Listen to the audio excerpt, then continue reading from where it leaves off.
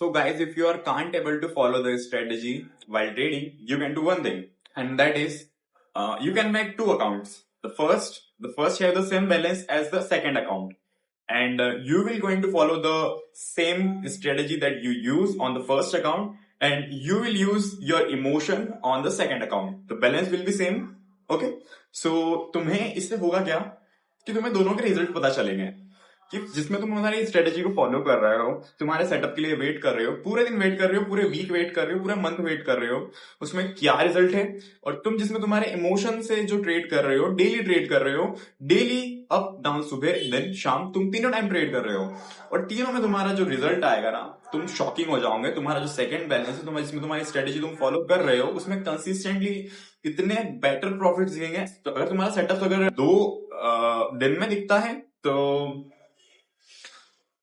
तुम्हारा balance around 2 months में बहुत बेटर हो चुका होगा। और जिसमें तुम्हारा सेकंड, जिसमें तुम इमोशन, उसका अकाउंट तो मुझे पता है, मेरा अकाउंट सारे ब्लो हुए थे, तुम्हारा भी ब्लो ही होगा, क्योंकि इमोशन से है ना तुम लॉट साइजेस इंक्रीज करोगे। तुम्हें जिसमें तुम स्ट्रेटेजी फॉलो करोगे, उसमें ये चीज ध्यान रखना है कि तुम उसमें सेम अमाउंट रिस्क कर रहे हो। इस टाइम सेम अमाउंट रिस्क होना चाहिए।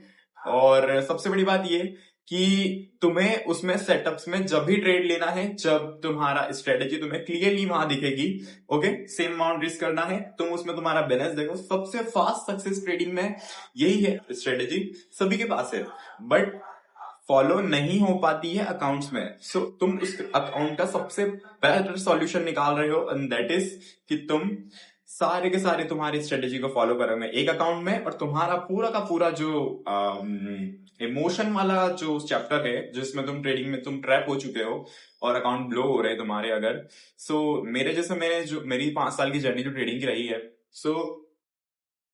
4.5 साल की होगी आई थिंक। इसमें क्या था, मैं शुरू से लेकर अभी भी रिसेंट तक के लास्ट 1 ईयर से पहले पहले में अकाउंट मेरे ब्लो होते थे। ओके, तो मेरे पास कुछ सॉल्यूशन नहीं था इसका।